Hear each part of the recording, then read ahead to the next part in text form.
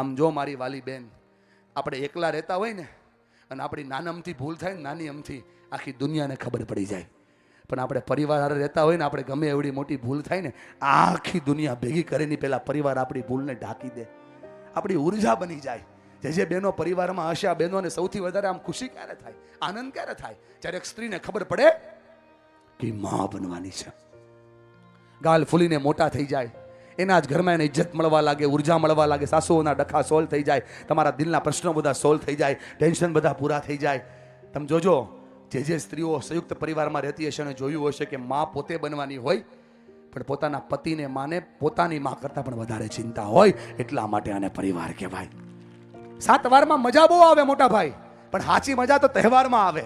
અને સાચી મજા તહેવારમાં હું કામ આવે? કેમ કે પરિવાર ભેગો થાય એટલા માટે આવે. બોલો હા કે ના? થોડોક ફેરફાર કરવો પડે, થોડોક બદલાવ કરવો પડે, થોડીક ઉર્જાઓને જીવનમાં વાવવી પડે, અને સાથે રહેવાની શરૂઆત આપણે જાતે કરવી પડે. અને એટલા માટે સમજાવવા માટે આવ્યો છું, જો 7 મુદ્દા જીવનમાં વાવી દો, પરિવાર એક થઈ જશે.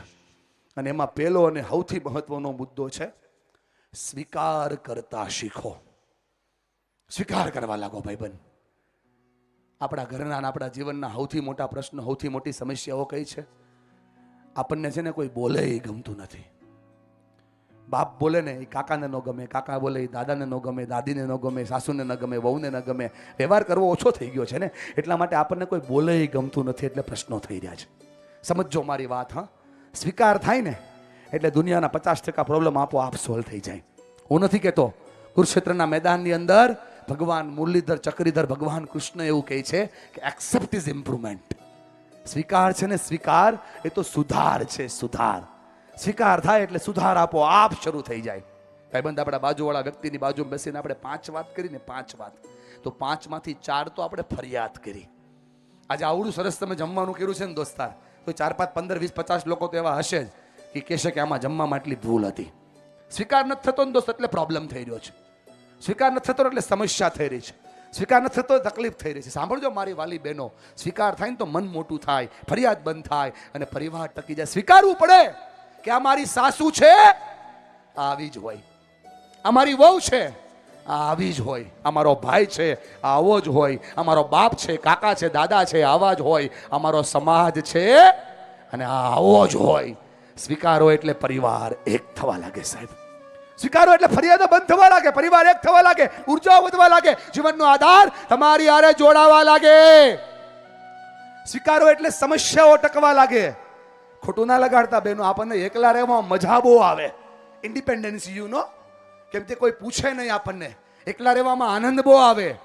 એકલા રહેતા હોય એમાં આનંદ, મજા એટલા માટે આવે કોઈ પૂછે નહીં. સમજો મારી વાત. પણ જ્યારે ભાંગી જાવ, તૂટી જાવ, ભૂકો થઈ જાવ ને, ત્યારે સહકાર કોઈનો ન મળે, સપોર્ટ કોઈનો ન મળે. સપોર્ટ જોતો હોય તો ભેગા રહેવું પડે, અને ભેગા રહેવા માટે સ્વીકારવું પડે. એક્સેપ્ટ કરતા શીખો. મને તો આ સુધી સમજાવવું નથી મારી વાલી બહેનો કે એક માં 200 લોકોની સાથે પોતાના દીકરાના માટે વહુ લેવા જાય, દીકરાની માટે વહુ લેવા જાય, અને માં સાસુમાં થઈ જાય. દીકરીનું કન્યાદાન થાય અને દીકરી વહુ થઈ જાય. સ્વીકારો, સ્વીકારો. આ ઘરે આવેલી વહુ એ વહુ નથી, મારી દીકરી છે. અને સામે બેઠેલી સાસુમાં એ સાસુમાં નથી, મારી માં છે. આટલું સ્વીકારો તો ઘર સ્વર્ગ થઈ જાય. આટલું સ્વીકારો તો દુનિયા બદલવાની શરૂઆત થઈ જાય. એક્સેપ્ટ કરો સાહેબ, એક્સેપ્ટ. સ્વીકારે માત્ર શબ્દ નથી ભાઈબંધ, સ્વીકારે 4 વસ્તુ છે. કરો ઉપર હાથ, બોલો મારી યારે, સ્વીકાર કરો. થોડું જોશથી બોલજો. સ્વીકાર કરો, સહજ બનો, સમાધાન કરો અને સહન કરતા શીખો. સહન કરતા શીખો, સમાધાન કરો, સહજ બનો અને સ્વીકાર કરો. આ 4 વસ્તુ 1 વર્ષ માટે કરજે ભાઈબંધ. આવતા વર્ષે તારા જીવનની અંદર નવી ઉર્જાઓ શરૂ થશે. કેમ કે હાચું હાચું બોલતા અને હારું હારું બોલતામાં બહુ ફરક હોય. મને હારું હારું બોલતા નથી આવડતું. હું જે કહીશ હાચું હાચું જ કહીશ. લાગે વાગે લોહીની ધાર આપણી ઉપર નહીં. સીધી વાત, નો બકવાસ. સ્વીકાર કરો એટલે મકાન ઘર થાય. ઘર મકાનમાંથી ઘર બને, ઘરમાંથી સ્વર્ગ બને. અને જો સાચો સ્વીકાર થાય ને તો સ્વર્ગમાંથી ઘર મંદિર થઈ જાય સાહેબ. સ્વીકાર કરો એટલે દુનિયા બની જાય. થોડો બદલાવ કરવો પડે દોસ્ત. આખો દિવસ મહેનત કરી, તાકાત લગાવી, બુદ્ધિ લગાવી, ક્ષમતા લગાવી આ ભાઈઓ ઘરે આવે. તનતોડ મહેનત કરીને ઘરે આવે એટલે તમારી પાસે બેડરૂમમાં આવે બહેનો, તમારી બાજુમાં બેસે. જેવા બેડરૂમમાં બાજુમાં બેસે એટલે બેનો શરૂ થાય, આવું થયું, જો ને જો, આજે આવું થયું. ઓલા ભાઈને એમ થાય કે આની બાજુમાં બેહવા કરતા ઘડીક હું મારી બાની બાજુમાં બેહું. સાચું કહું છું ને, જો આ પડે બા ઈંડોળે ઝૂલતા હોય, ઝૂલાવો. જેવા બાની બાજુમાં બેહે બા ઘડીક કાંઈ ન બોલે, પણ 5મી મિનિટે બાય શરૂ થાય, જો મારા દીકરા આજ આવું થયું. આમાંથી કેટલા ભાઈઓ એવા છે કે જેને મારી વાત સાચી લાગે છે, કે વાત તારી સાચી છે, આવું થાય છે. કોણ મારી હારે છે કે આવું થાય છે? અમારા ઘરમાં ડખો શેનો હાલે? ભાઈ એક કામ કરી, પેલા પૂછી લે, ભાવના ઊંચો હાથ કરું તો જ કરજે. એટલે આપણાથી સ્વીકાર નથી થતો, બોલો આવું થાય છે કે નથી થતું? બોલો હા કે ના? આજેનું સમાધાન શીખવાડવા માટે આવ્યો છું. આજેનું સમાધાન બતાવી દો તો દુનિયા તમારી થઈ. થોડોક વાતને સમજજો સાહેબ, બોલો બોલજો, ના નથી પાડતો, બેનો બોલજો, આમ કરો, આવું થયું, આવું બધું જ બોલજો, પણ પછી એક નાનકડો ફેરફાર કરજો. આવું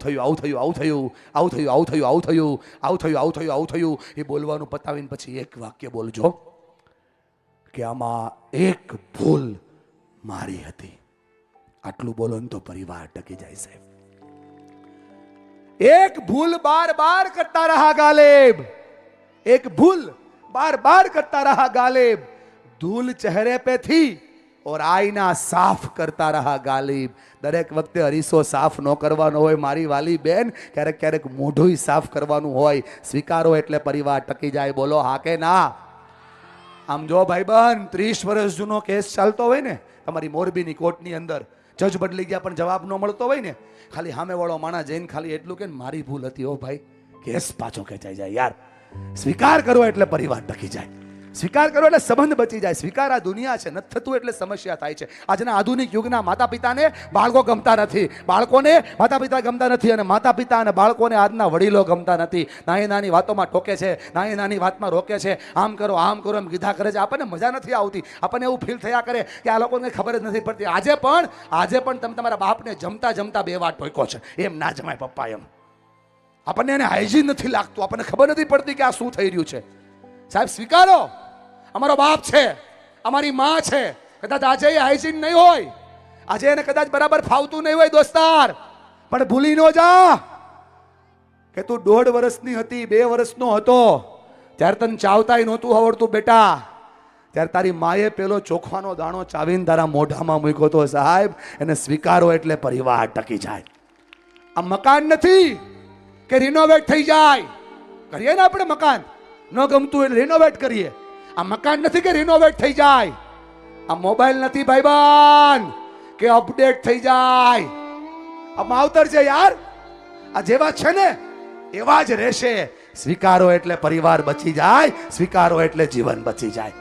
એક્સેપ્ટ કરતા શીખો સાહેબ, પેલો સ્વીકાર થવો જોઈએ. એટલે 150 રૂપિયાના બૂટ લે કે 1500 રૂપિયાના બૂટ લે કે 15000 રૂપિયાના બૂટ લે, બૂટનો સ્વભાવ છે કે બૂટ છે ને, બૂટ એ 3-4 દિવસ પગને એડજસ્ટ કરે, હારી ભાષામાં કહીએ તો કઠે, અને પછી પગને સેટ થાય. અલા નિર્જીવ બૂટને પગને સેટ થવામાં 3-4 દિવસ તો સમય લાગતો હોય, તો બીજાની ઘરે જે 22 વર્ષ રહી હોય ને, એ આપણા ઘરે આવે તો એને આપણા ઘરે એડજસ્ટ થવામાં 2-5 વર્ષ લાગે યાર. એને 2-5 વર્ષ આપ તો પરિવાર ટકી જાય. એને એમ લાગવું તો જોઈએ ને કે આ મારું ઘર છે. પૂજ્ય તારી ઘરવાળીને, મારી બેનને પૂજ્ય, આ કોનું ઘર? એ કહે મારા હારાનું. એને એમ લાગતું જ નથી કે આ મારું ઘર છે. એકવાર લાગે તો પરિવાર ટકી જાય સાહેબ. થોડો ફેરફાર કરવો પડે બેનો, ખોટું ના લગાડતા. આ તમારી બાજુ જ્યારે હું આવું તો સમજવાનું તમારો વારો પડ્યો, કેમ કે તમારી પાસે તાકાત છે, તમારી પાસે આશા રાખી શકું. સ્ત્રી ધારે ને, સ્ત્રી ધારે તો દાબા હાથે પરિવારને તારે.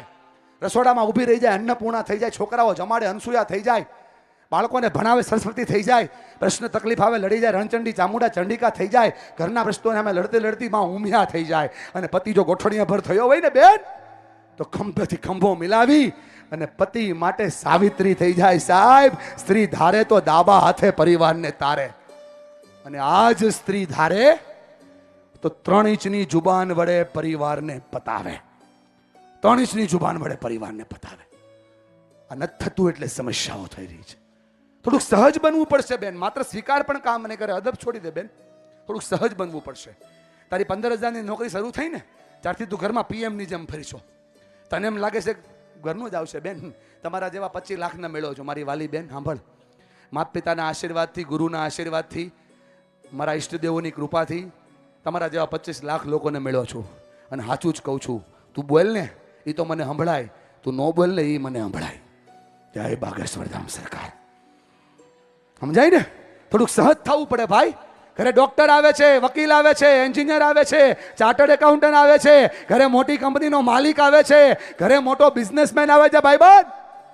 પણ ઘરે એક બાપ નથી આવતો, ઘરે એક પિતા નથી આવતો, ઘરે એક પુત્ર નથી આવતો, ઘરે એક પતિ નથી આવતો. સાહેબ થોડાક સહજ બનો તો પરિવાર ટકી જાય. હલો બોલો હા કે ના? થોડુંક સહજ થવું પડે ભાઈબંધ. અભિમાનને સાઈડ ઉપર મૂકવું પડે પરિવારને બચાવવો હોય તો. સમજી જાઓ દોસ્ત, થોડો ફેરફાર કરી જાઓ.